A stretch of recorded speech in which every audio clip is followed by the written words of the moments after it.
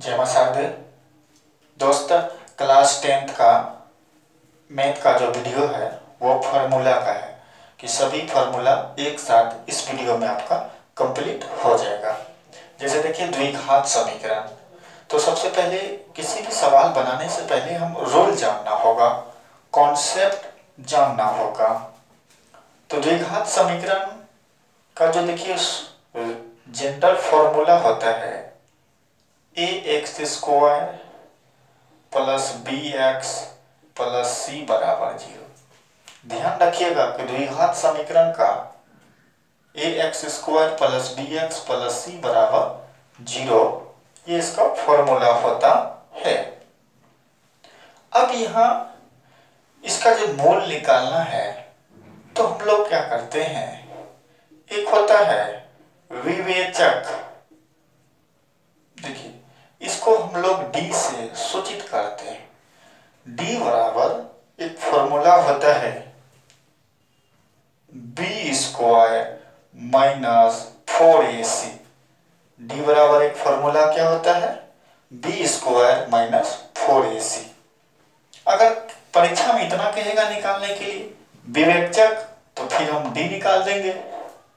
अगर इसका मोल निकालना हो, मोल निकालने के लिए अगर बात कहेगा तो देखिए तो x बराबर माइनस b और plus minus under root d/2a होता है। देखिए अगर लॉन्ग क्वेश्चन है 5 नंबर का तो ये फॉर्मूला आपको जानना होगा, x बराबर minus b plus minus d/2a।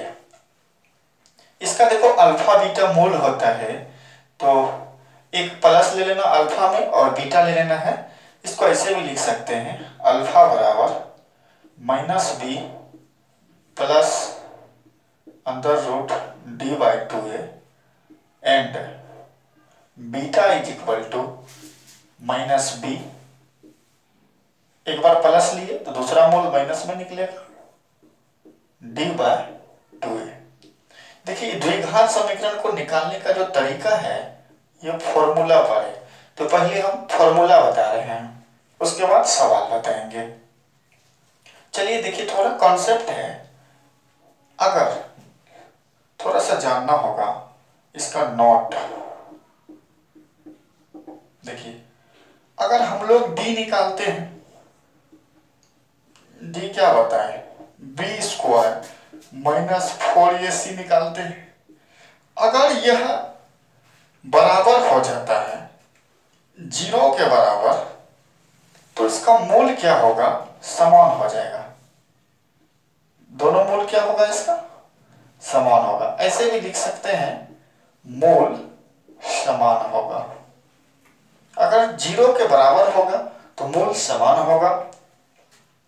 देखिए अगर d निकाले और ये d का मतलब b² माइनस 4ac, अगर ये 0 से बड़ा है, 0 से बड़ा, इसका मूल संभव है।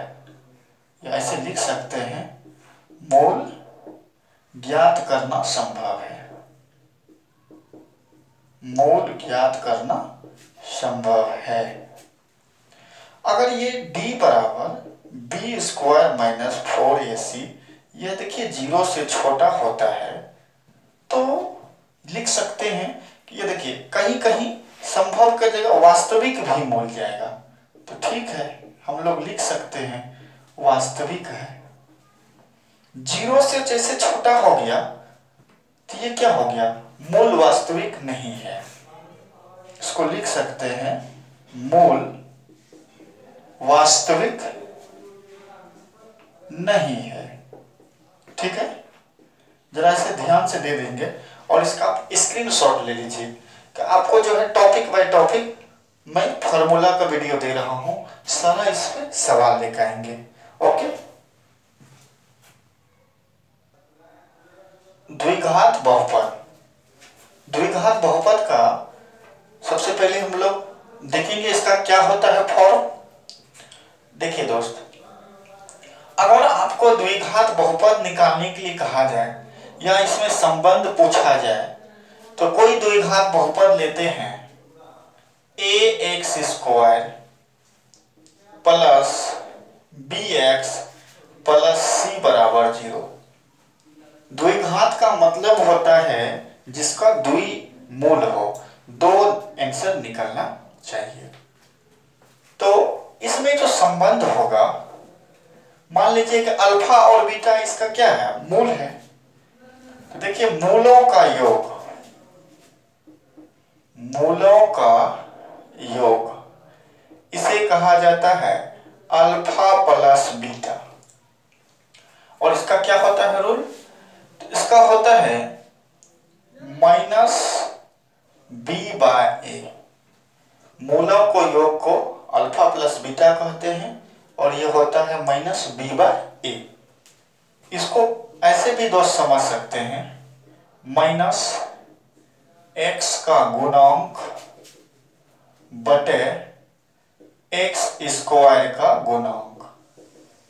ठीक है, अगर कहेगा मूलों का गुणनफल, मूलों को गुणनफल को अल्फा इंटू बीटा कहा जाता है।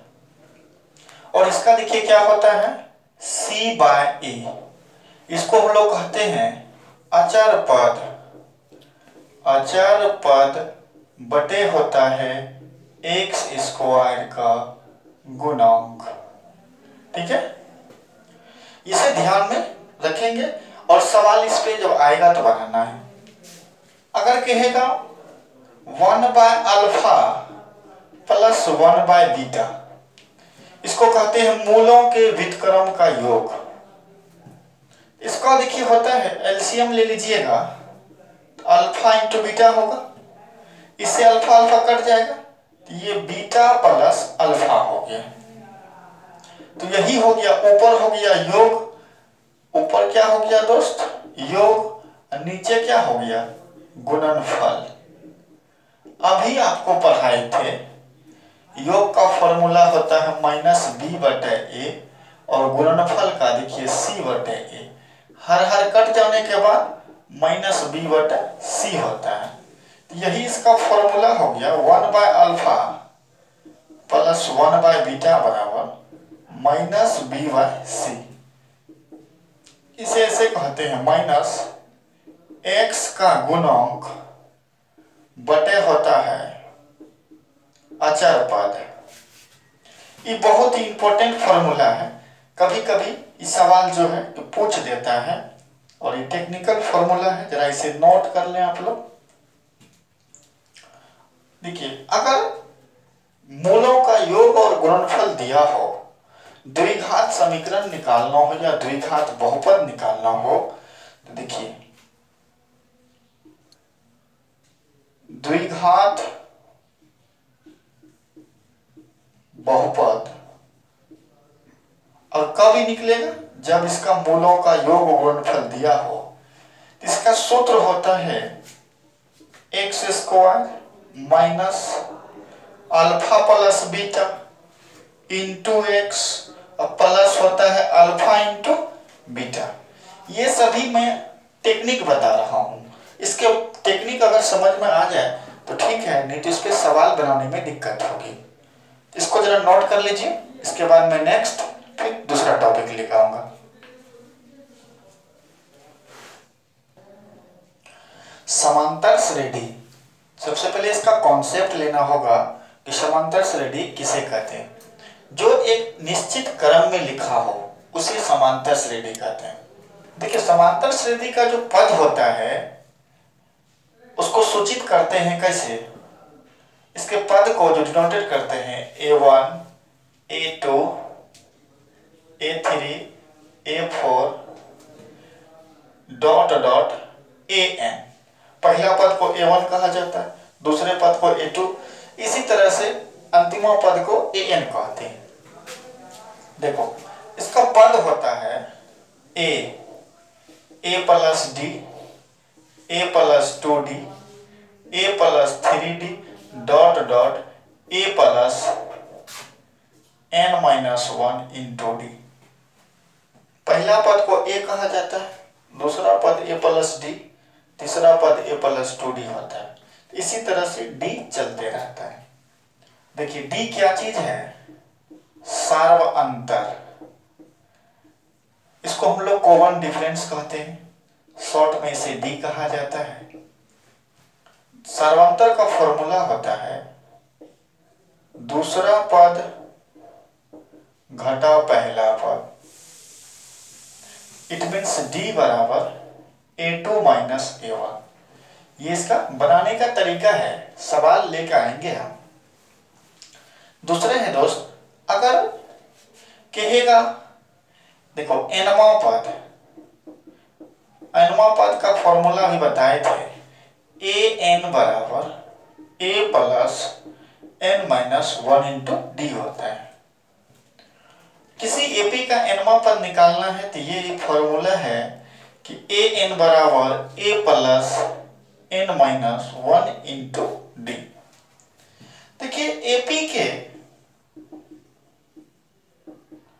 n पदों का योगफल, इसका जो होता है Sn बराबर, थोड़ा ध्यान दीजिएगा इस फॉर्मूला पे, n by 2 2a plus n minus 1 into D. इसे अच्छी तरह से आप लोग लिख लीजिए अपनी नोटबुक में, या इसी को कहते हैं Sn बराबर n by 2 a plus an, यानी कि प्रथम पद प्लस अंतिम पद। ये दोस्त टॉपिक बाय टॉपिक फॉर्मूला का वीडियो है, एक बार सभी दोस्तों को शेयर कर दीजिए। और एक मेरा चैनल है VMC मैथ, लाइक और सब्सक्राइब कर दें। मैं इस पे पूरे मैथ का टॉपिक बाय टॉपिक वीडियो बना के दूंगा। पीडीएफ के लिए एक मेरा व्हाट्सएप नंबर है, अगर किसी को पीडीएफ चाहिए तो आप ये नंबर को मेरे मैसेज कर दीजिए कि हाय हमको पीडीएफ चाहिए, तो हम पीडीएफ भेज देंगे। ठीक है, इसके बाद नेक्स्ट वीडियो में मिलते हैं।